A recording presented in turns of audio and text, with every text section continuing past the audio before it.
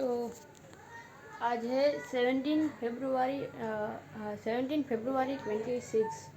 I know मैं अभी कुछ दिनों से लापता थी, बट मैं अपने ट्रैक पर हूँ। कुछ अपने काम में बिजी थी और बीच में प्रैक्टिकल की एग्ज़ाम आकर फिनिश हो गई। क्या प्रैक्टिकल का होता है ना बोर्ड के टाइम पर, वो वाली एग्ज़ाम हमारे गुजरात बोर्ड में होती है, तो वो भी कंप्लीट हुई। उसकी भी एक अलग स्टोरी है मेरी अपने पूरे पास। और एक बहुत कुछ इन जिस दिनों में गायब रही उन दिन हमारे साथ बहुत कुछ घटित हुआ, यकीन नहीं मानोगे वो। ये सब अगर आप देख रहे होगे, ये सब आप मे बी फ़ोन मैंने आज उल्टा कर रखा है पहली बार, वरना मैं इस तरीके से नहीं, इस फ्रंट कैमरे से शूट करती हूँ। मुझे नहीं पता कैसे शूट हो रहा है, बट ठीक है। तो ये सारी बुक्स है, ये केमिस्ट्री की है, ये फिज़िक्स की है और ये बायोलॉजी की है। और बाकी चीज़ें वो जो इधर एक बॉक्स है ना, यहाँ पर सारी चीज़ें पड़ी है इसके अंदर। और यहाँ पे मैं अभी बायोलॉजी की और बाकी वो सारी चीज़ें हैं जो मुझे नहीं चाहिए वो मैं उधर डाल रही हूँ। क्योंकि मेरे पहले 2 पेपर है 26 और 28 को, वो है केमिस्ट्री और फिज़िक्स के। बाकी इंग्लिश का पेपर मेरा है 6 मार्च को, उसके बाद कंप्यूटर का 11 मार्च को, एंड देन लास्ट पेपर है 16 मार्च को बायोलॉजी का। तो ऑलमोस्ट बाकी सारे पेपर में 3-3 दिन का गैप मुझे मिल रहा है। तो मेरे ख्याल से किसी और, वैसे प्याज तक मैंने अभी तक कुछ पढ़ा तो है नहीं ढंग से। बायोलॉजी का कुछ थोड़ा बहुत पढ़ा था, अब तो मुझे लगता है मैं वो भी भूल गई हूँ कम्प्लीटली।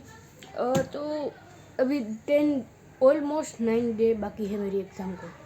तो मैं इन 9 डे में सिर्फ फिज़िक्स और केमिस्ट्री करूँगी 28 फरवरी तक। देन ये इन दोनों के पेपर कंप्लीट होने के बाद आता है इंग्लिश का 6 मार्च को। तब मैं इंग्लिश साथ में कंप्यूटर दोनों को एक साथ में करूँगी, 80% इंग्लिश और 20% कंप्यूटर। क्योंकि बीच में जो गैप है ना 7-8 का, उसमें मेरे क्लोज कज़िन की मैरिज है, तो मुझे वहाँ पर भी जाना होगा। वो हमारे मतलब पूरा क्लोज कज़िन होता है ना, उसकी सबसे पहले की वो शादी है फैमिली, जो जॉइंट फैमिली की।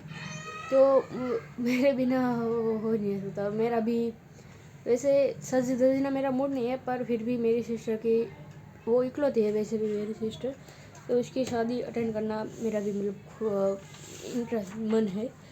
तो उसके बाद कंप्यूटर का पेपर आता है। कंप्यूटर में मेजॉरिटी एमसीक्यू ही आते हैं, पर उसकी भी तैयारी करनी पड़ती है। तो 11 तक बायोलॉजी को मुझे छूना भी नहीं है, उसे मैं आज छू के उसमें डाल रही हूँ, फिर उसके बाद कभी उसे छूना भी नहीं है। देन जैसे ही वो कंप्लीट हो जाए उसके बाद ही बायोलॉजी को लेना है। एंड इन दोनों का कंप्लीट होने के बाद इन दोनों को भी नहीं छूना, उसके बाद मेरे पास सिर्फ कंप्यूटर और इंग्लिश ही रहेगी। ओके। एंड अब बोर्ड में देख रहे हो कि मैंने काफ़ी आज वैसे कुछ दिनों से किया है, और वो भी चेंज कर डाला है, यहाँ पे आप देख रहे होगे। तो सब सही है।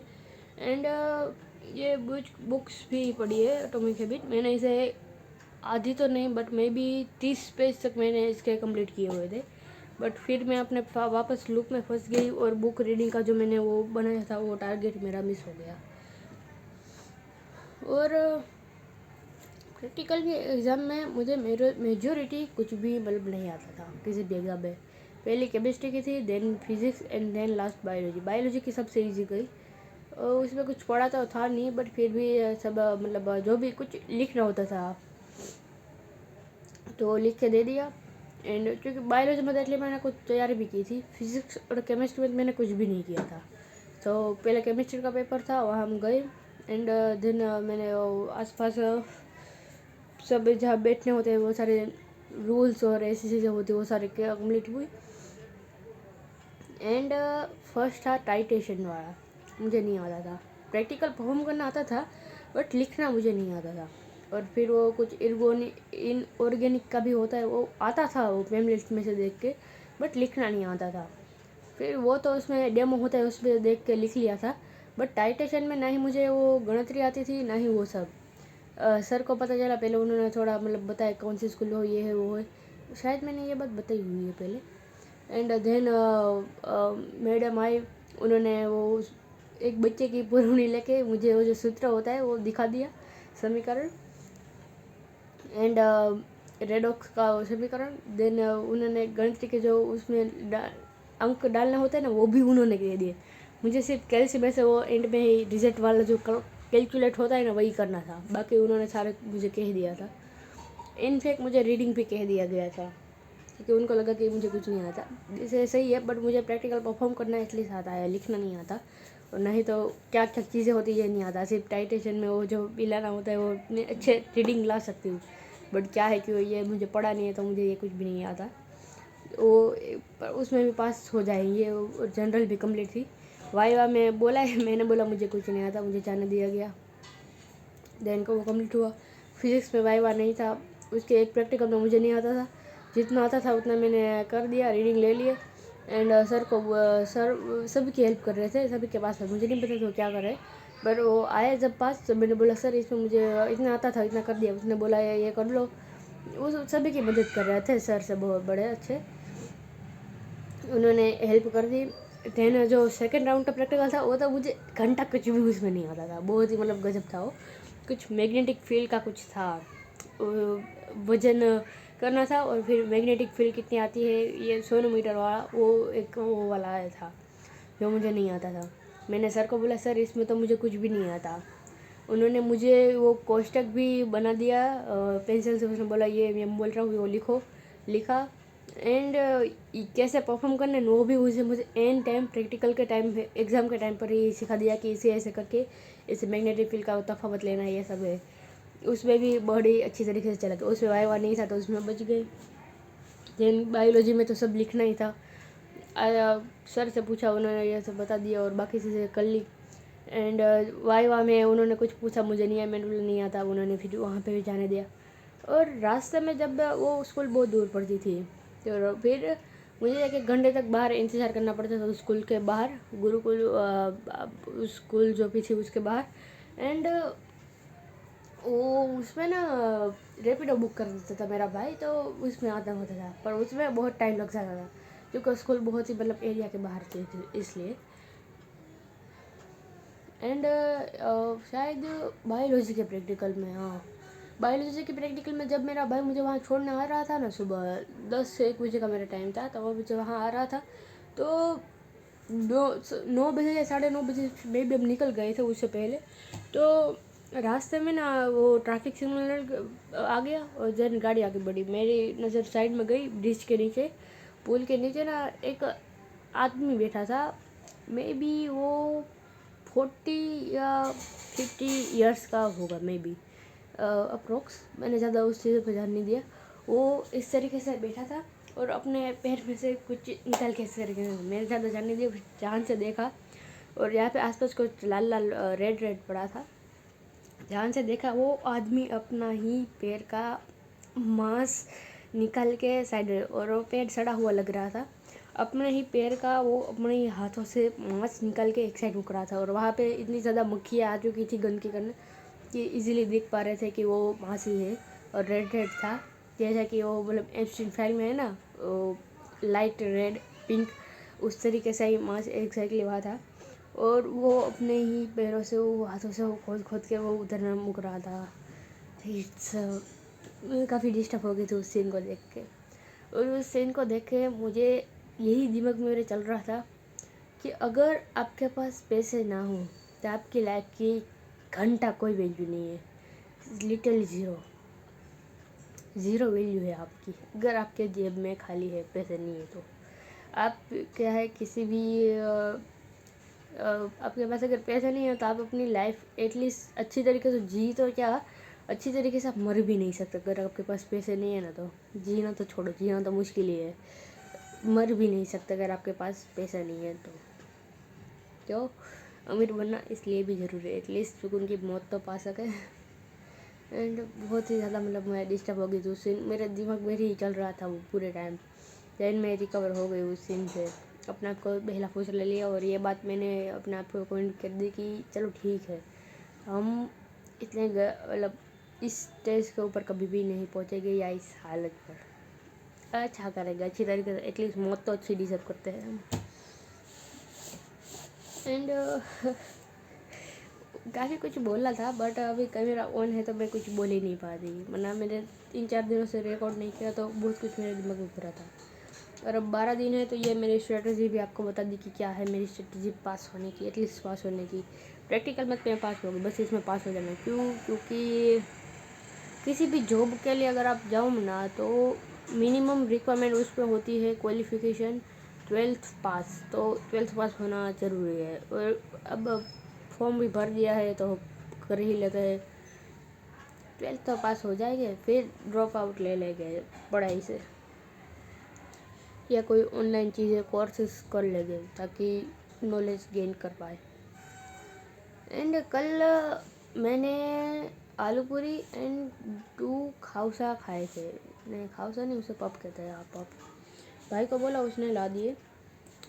कल मैंने मैं कहना ये था, तो कल मैंने फास्ट फूड खाया और आज मेरी फिर से क्रेविंग्स आ गई कि मुझे आज भी कुछ खाना है। कल वैसे मुझे पिज़्ज़ा खाना था पर वो नहीं मिला, तो वो ले आए। एंड फ्रेंकी भी नहीं थी, वो कुछ नहीं था। और आज फिर से मेरा मन कर रहा है, तो आसपास के पास की एक मार्केट है, वहाँ जाके आज हम पानी पूरी खाएंगे। फैमिली को नहीं पता। और एक फ़ाइल लानी है मुझे जो कि ट्रांसपेरेंट हो, ताकि मैं उसकी जो बोर्ड की वो होल टिकट आती है ना, वो उसमें रख सकूँ। अभी वैसे बोर्ड की होल टिकट आई नहीं है, प्रैक्टिकल एग्ज़ाम की आई थी, वो ले आए। अब बोर्ड की आएगी तब मैसेज आएगा, तब उसमें भी जाना होगा।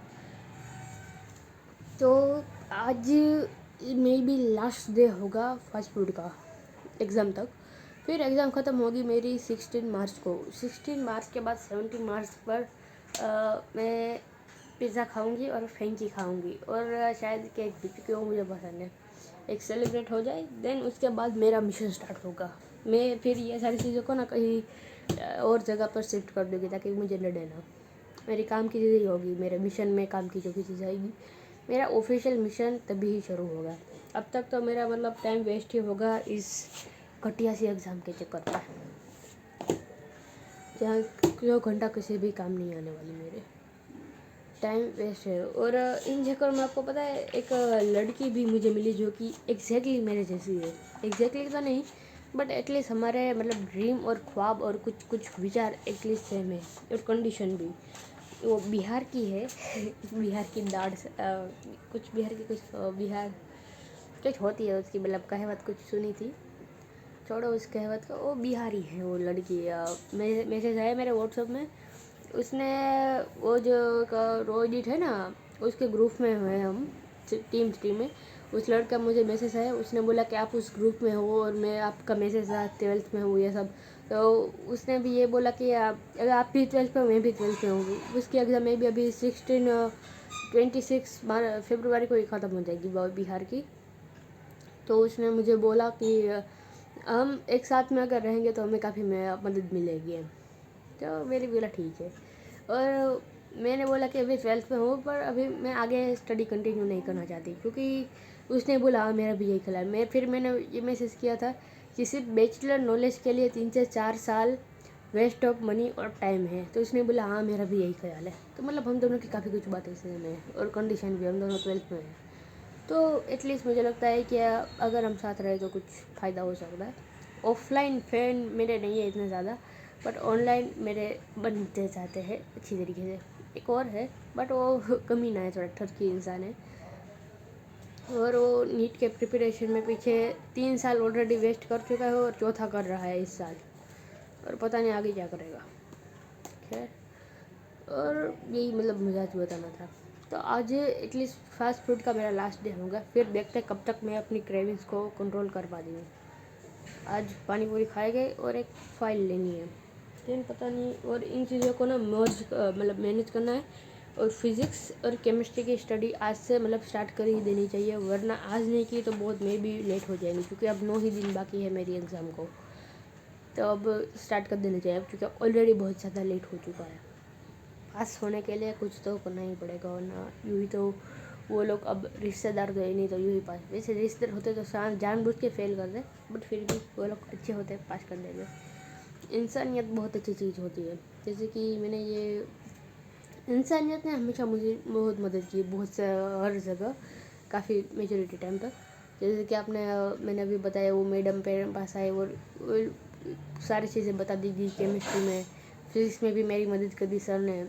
उन लोगों ने मदद कर दी, वरना वो लोग मदद नहीं करते तो मैं फेल हो जाती डेफिनेटली। बट उन लोगों ने मदद कर दी, तो अच्छा हो गया मेरा।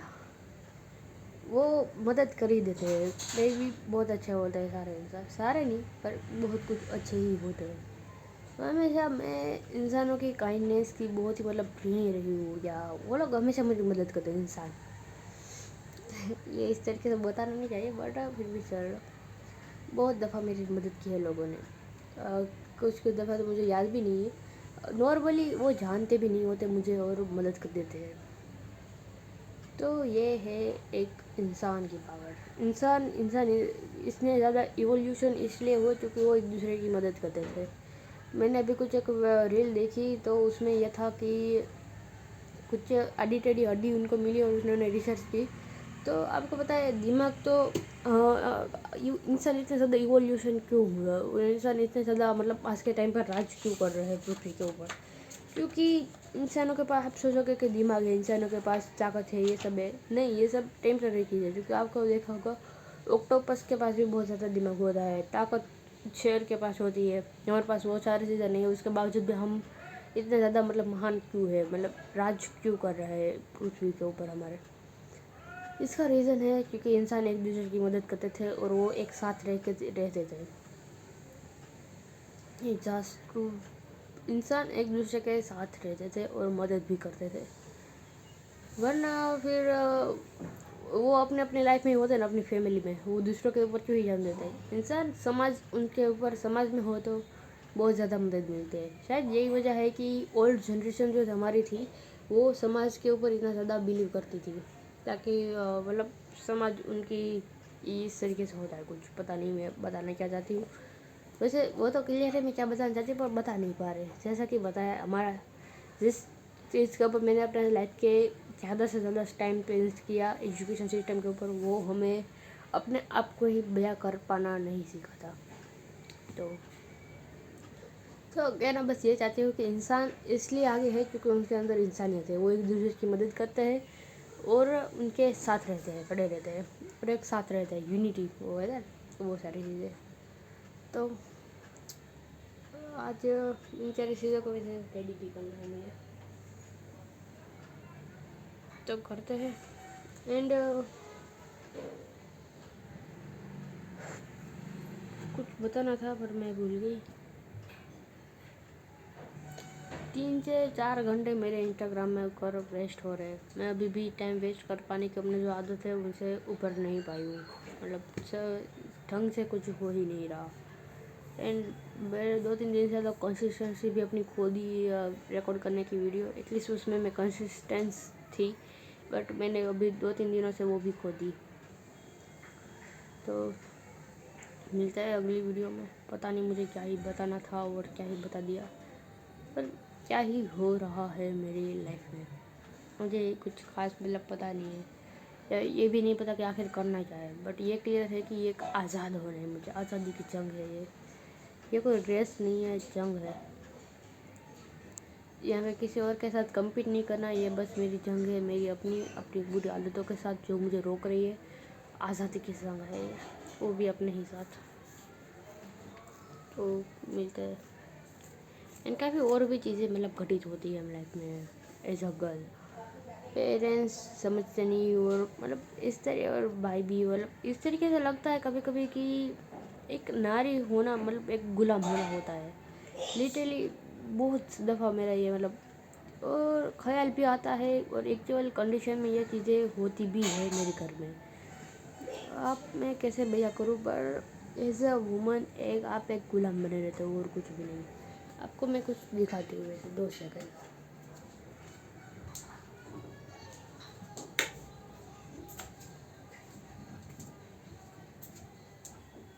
ये पनीर है।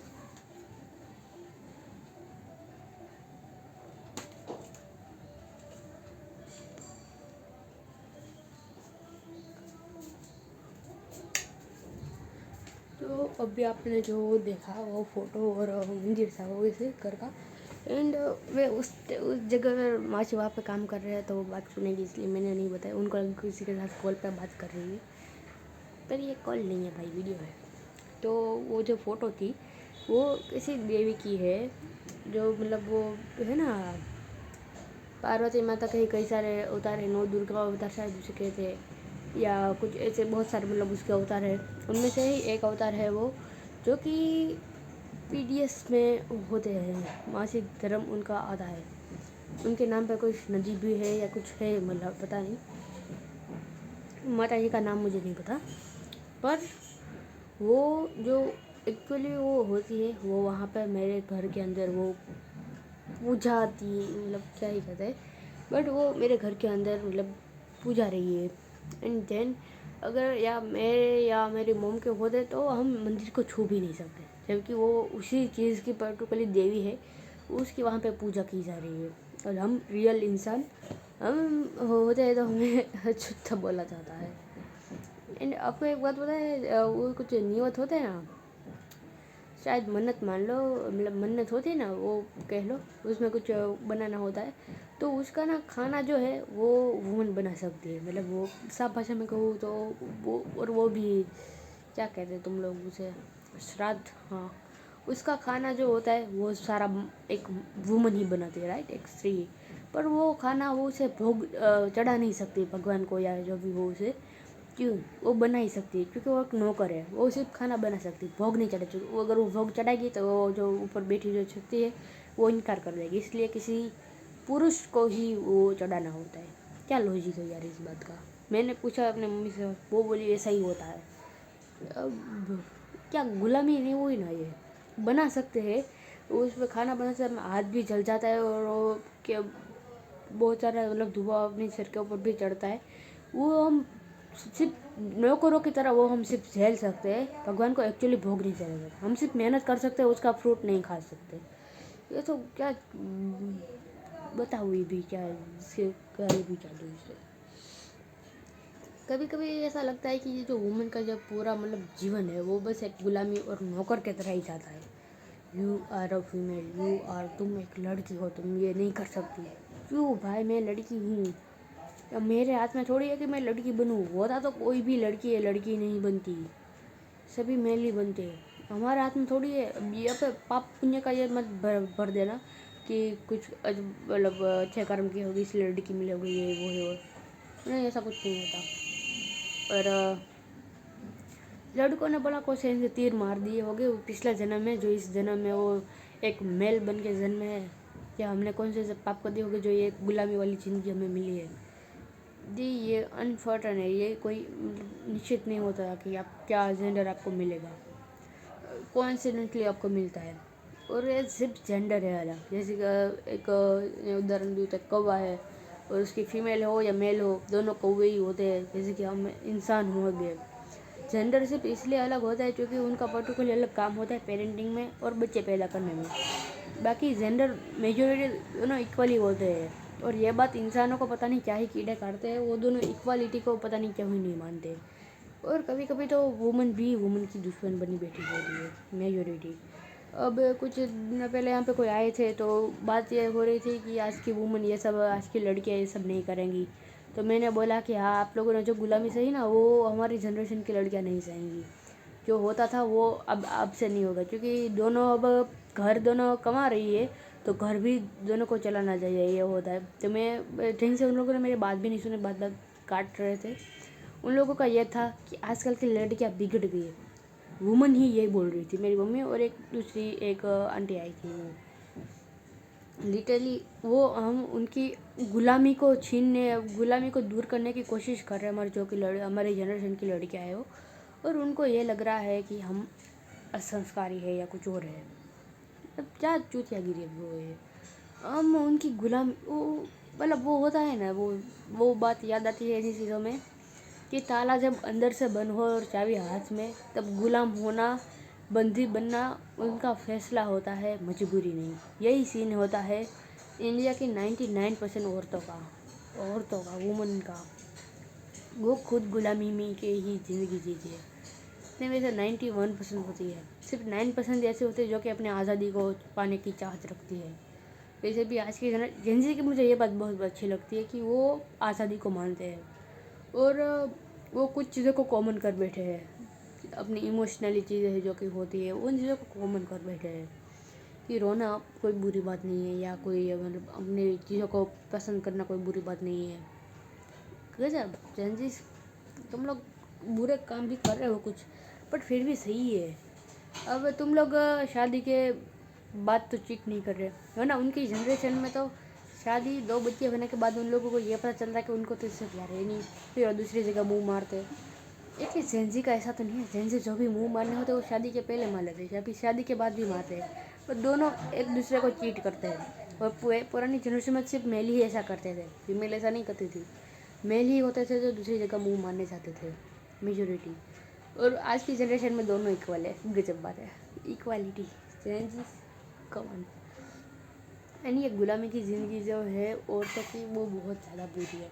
मैं इन चीज़ों से बाहर निकलना चाहती हूँ, जितना हो सके उतना जल्दी। हाथ काँप रहा है मेरा अरे भाई तू काँपना बंद कर।